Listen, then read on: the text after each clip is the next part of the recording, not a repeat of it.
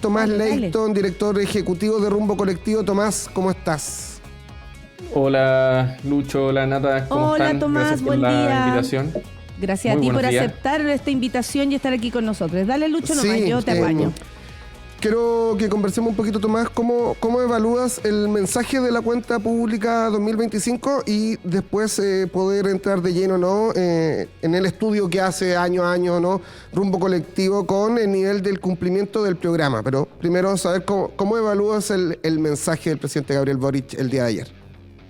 Sí, bueno, ustedes ya lo adelantaban, esta es la última cuenta pública. En general las últimas cuentas públicas tienen un clima diferente al resto, porque se tratan mucho menos de los compromisos que se van adquiriendo, de los nuevos compromisos que se adquieren año a año, y es un balance del camino recorrido por el gobierno desde el 11 de marzo del 2022.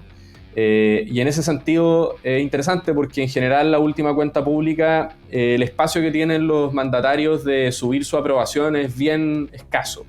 Porque en general los mandatarios marcan la pauta no tanto hablando de sí mismos, ¿cierto? Decir, bueno, este es mi legado. De hecho, la palabra legado a la gente en general le resulta bastante irritante, sino que más bien logran marcar la pauta y subir su aprobación cuando hacen anuncios que son relevantes de cumplir. Pero obviamente a 10 meses de que termine el gobierno es mucho menos la cancha que tiene una administración para llevar a cabo lo que no está iniciado o también las nuevas prioridades. Sin embargo, es interesante porque, y esto con las prevenciones del caso, ¿cierto? Ustedes saben que la encuesta Academia es una encuesta de 700 casos, tiene una tasa de respuesta baja de cerca del 10%, pero una encuesta semanal y lograron sondear relámpago después de la cuenta pública, que como siempre duró 2 horas, porque el presidente Boric es por lejos el mandatario que hace discursos de cuenta pública más largo, en promedio como 2 horas, y sondearon relámpago después de la cuenta y Boric subió efectivamente 5 puntos. Lo que es raro, porque de hecho los gobiernos anteriores en sus últimas cuentas públicas se mantuvieron dentro del margen de error, o sea, no subieron ni bajaron su aprobación y desaprobación. Boric logró subir 5 puntos. Yo creo que ahí lo que se destaca mucho es que es un gran orador y además logró hacer una interpretación muy creíble, creo yo, porque de hecho creo que es un buen orador porque no lee muy poco los discursos, sino que los va conversando y eso le da mucha credibilidad al relato de lo que fue su gobierno. Entonces, ese balance del camino recorrido sin duda que tiene muchas cosas que llegaban, que si en 2024 llegaban muy inciertas. Por ejemplo, la cuenta del 2024, el desenlace de la reforma previsional está todavía sin tanta agua en la piscina. Claro. Y no se había concretado nada y ahora eso cambió, tuvo un desenlace en la cuenta del 2023, un año antes.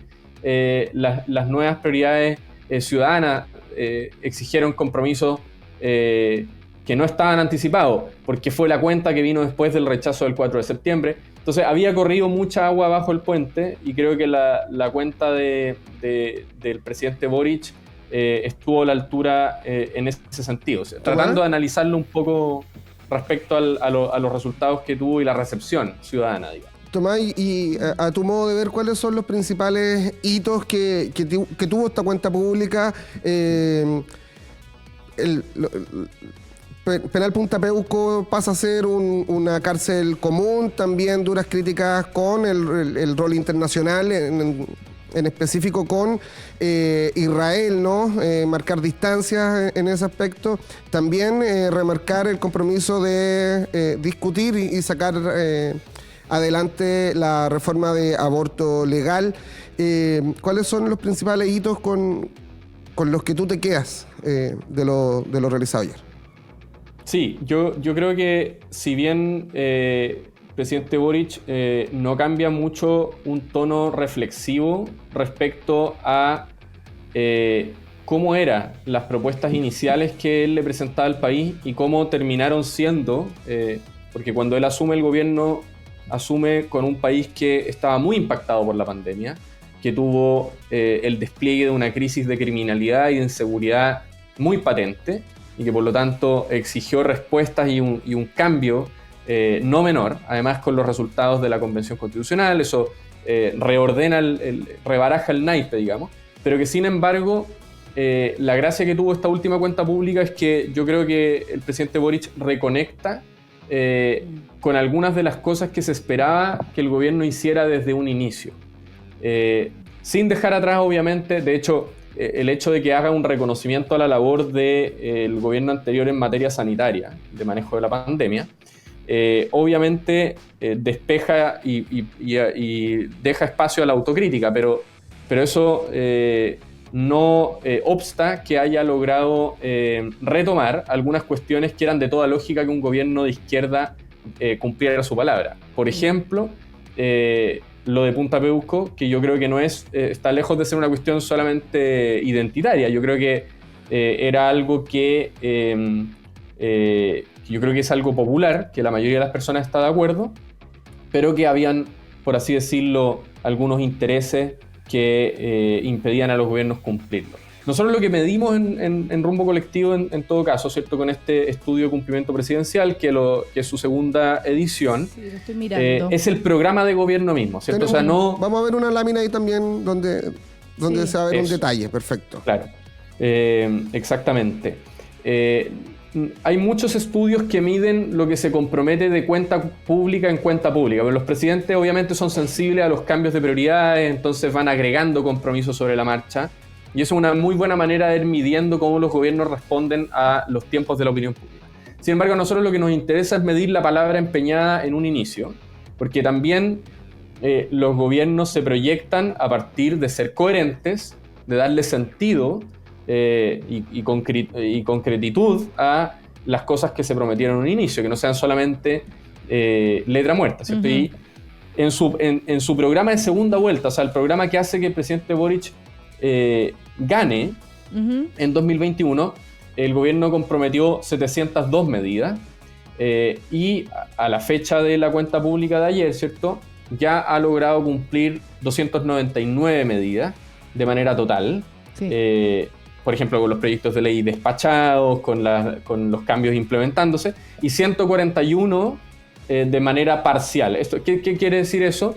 Que el gobierno ha hecho cuanto ha estado a su alcance para que el compromiso avance. Eso no significa que se concrete, porque obviamente acá, digamos, hay un Congreso, hay una Constitución que hay que respetar y hay limitaciones de distinto tipo. Por ejemplo, los gobiernos pueden cumplir sus promesas de dos maneras, ¿cierto? A través de la gestión de actos administrativos uh-huh. o a través de los proyectos de ley.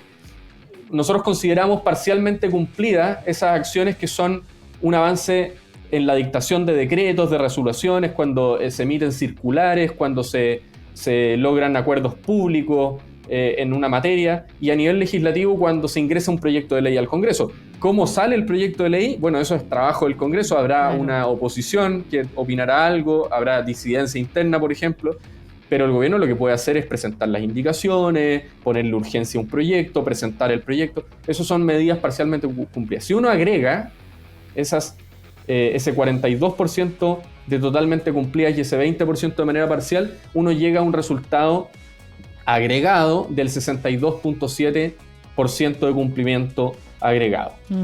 Quedan 10 meses, o sea, todavía puede mejorar un poco sus números, pero ya podemos decir algunas cosas que son interesantes. Cuando un gobierno cumple 3/5 de su programa, o sea, 60%, eso sitúa a esta administración en un nivel similar a gobiernos como el de Pedro Sánchez en España, por ejemplo, que alcanzó un 66.8% de cumplimiento, o en el primer gobierno de Macron alcanzó un 60% entre cumplidas y parcialmente cumplidas. Yo creo que eso significa que es un cumplimiento normal, no creo que sea un cumplimiento exagerado, así como que este gobierno ha cumplido todo y más, pero sí sería innegable que respecto a los números es un gobierno que está en un nivel de cumplimiento normal y que además se suma victorias que son tremendamente simbólicas en el plano legislativo, como la reforma previsional, que es la más profunda en 43 años. Eso es un logro tangible de administración.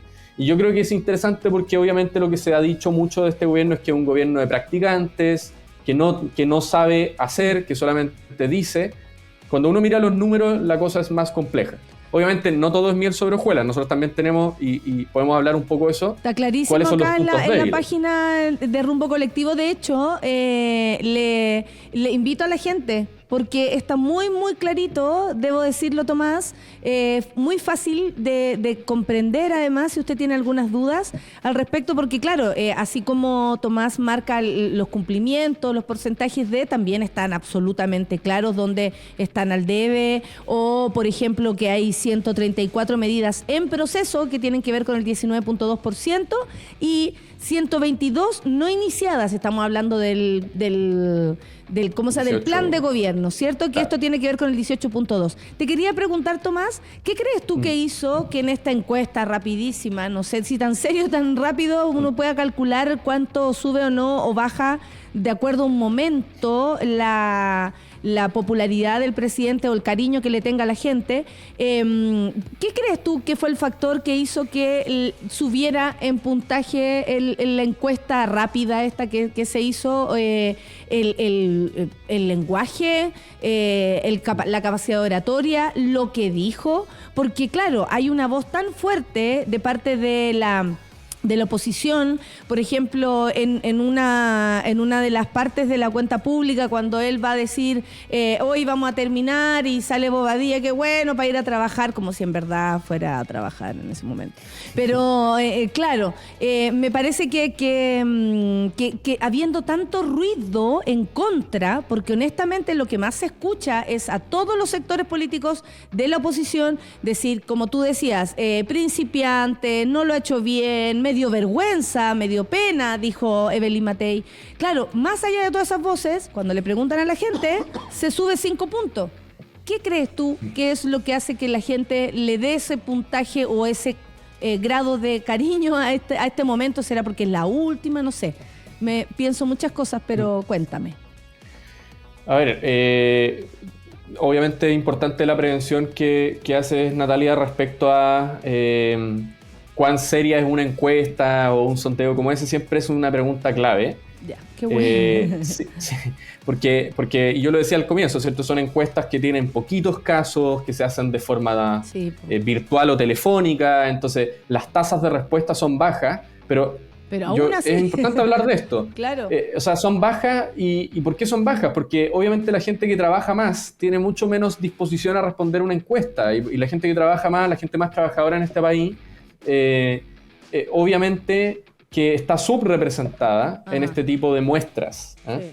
Sin embargo, el hecho de que yo creo que el dato relevante de CADEM, y por eso lo cito acá, ¿cierto? Es cuánto subió o bajó Bachelet y Piñera, que el mismo sondeo. La comparación, dices tú. Eso es interesante, porque Boric logra subir 5 puntos, Piñera y Bachelet habían subido 1, ¿ya? O sea, de alguna manera hay algo que cambió. Y yo creo que Boric tiene una gran disposición en los momentos más difíciles dar la cara con bastante tranquilidad y seguridad. Y creo que la gente, algo que valora mucho de él es que ha puesto el énfasis siempre en el pueblo en que gobierna, más que en las prioridades del sector propio. Y eso se siente, eso es palpable, además de, por supuesto, los anuncios que se hicieron el día de ayer. Claro. Y yo creo que... Sí, dime. Tomás, y a 10 meses que termine el gobierno, ¿dónde están los principales puntos donde se puede avanzar? ¿Dónde están los pendientes, ¿no? de esta administración y que también están reflejados en el estudio de Rumbo Colectivo? Sí, es muy importante hablar de eso, porque el trabajo de un gobierno, como decíamos nosotros en Rumbo, ¿cierto?, es cumplir la palabra empeñada o tener una muy buena explicación cuando eso no ocurre. Uh-huh. Una buena explicación puede ser, por ejemplo, que la oposición no te dio las mayorías para tramitar tus leyes. O una buena explicación puede ser que la gente ya no cree en esas prioridades que tú habías puesto. Pero lo que no puede ocurrir es desistir de hacer el trabajo por el que te eligieron, que es al menos presentar los proyectos, ponerle urgencia y tratar de hacer que se cumpla, porque la pega de rechazar esos proyectos es la pega de la oposición. Me refiero en particular al proyecto al proyecto de despenalización del aborto. Yo creo que hay una gran, y con esto quiero jugármela con algo, ¿cierto? En general, en los medios se instala, en la misma academia, que este es un tema de nicho, que en los sectores de altos ingresos solamente es una prioridad. Yo creo que eso es falso. O sea, eso es falso. En general, esta es una deuda que tenía el gobierno con las mujeres de sectores populares que están desprotegidas con la legislación actual de aborto, y que el gobierno insista en esto se la está jugando por los sectores que lo eligieron, que lo pusieron ahí. Entonces, eso es importante. Respecto a lo que tiene menor grado de cumplimiento y debería ser una prioridad, nosotros lo que vemos es que en el eje de salud hay grandes desafíos. Porque a menos de 10 meses, como decías tú, ¿cierto, Lucho? Hay 29 compromisos que no se han iniciado. Y uno de esos, por ejemplo, es crear un seguro universal de salud que universalice el FONASA, que haga que las ISAPRE se conviertan en seguros voluntarios, en seguros complementarios de forma voluntaria, y eso está postergado. O sea, al revés, el gobierno salvó a las ISAPRE en un momento de colapso de ese subsistema, y es crítico porque Chile tiene un subsistema público de salud que está desfinanciado y que atiende a la gente, a la población que tiene más riesgo, y tiene un subsistema privado que es para la gente que lo puede pagar. Y eso no es solo un tema de justicia, eso es ineficiente. Si uno juntara todos los fondos, se negociarían mejores precios con los privados, con las clínicas, con los laboratorios, bajarían los precios de los medicamentos, tendríamos más especialistas distribuidos entre la población que tiene riesgo, ¿cierto? Y que por lo tanto, al no tratar sus enfermedades, baja su expectativa de vida. Entonces, esto es un tema de eficiencia, de justicia. El gobierno no se ha hecho cargo, y a mí me parece impresentable que un gobierno de izquierda no promueva la universalidad de los servicios básicos como la salud. Y lo otro es lo mismo, tema clásico de izquierda, compromiso por una modificación en la ley de impuesto a la renta. El gobierno una y otra vez dice, lo vamos a presentar después de cumplimiento tributario. Eso se aprobó el año pasado y en abril de este año desiste de presentarlo. Es un caso raro, es uno de los únicos, si no el único, creo, compromiso que el gobierno tenía trabajo, estaba en proceso, había hecho trabajo prelegislativo, pero se echa atrás. Y eso no es una buena explicación. O sea, un gobierno de izquierda tiene que tener una muy buena explicación de por qué no hace que los tramos más altos de ingresos paguen más impuestos, ¿ya? Eso no solamente impacta en que tengamos menos recursos para financiar hospitales, para formar más carabineros que patrullen las calles. También el problema es que genera un sistema que es más desigual y injusto respecto a la recaudación. No puede ser que las personas que tienen más ingresos paguen menos impuestos proporcionalmente. Entonces, sí, el gobierno ahí tiene un desafío que obviamente puede que no lo cumpla porque queda poco tiempo, pero ahí lo interesante de esta cuenta pública es que a fin de mes tenemos primaria. Entonces los candidatos y candidatas de esa primaria, que son la primaria de la centroizquierda, tienen que pronunciarse sobre eso. O sea, ¿qué opinan de que el gobierno no haya cumplido esos compromisos? ¿Y qué harían ellos, digamos, si estuvieran sentados en la moneda? Muchísimas gracias, Tomás, por conversar a esta hora de la mañana acá en Sube la News. Siempre un agrado tan clarito contigo. Todo. Sí. O sea, como es bueno porque nos da respuesta, pero también nos deja un montón de dudas. Sí. Y si tienen más dudas, vayan a la página de Rumbo Colectivo, porque ahí nos preguntaba Andy si está la información de cuánto es lo que se comprometió y se cumplió. Está toda la información, está muy clarito y en realidad se van a entretener mirando porque está en porcentaje, en cantidad, está muy bueno. Muchas gracias. De entender. Sí, fácil de entender, que siempre es tan bueno que ocurra eso. Muchas gracias, Tomás, que tengas un buen día y saludos a todo el equipo. Muy buen día y gracias por el espacio. Nos estamos viendo. Chao, chao. Sí. Chao, Tomás.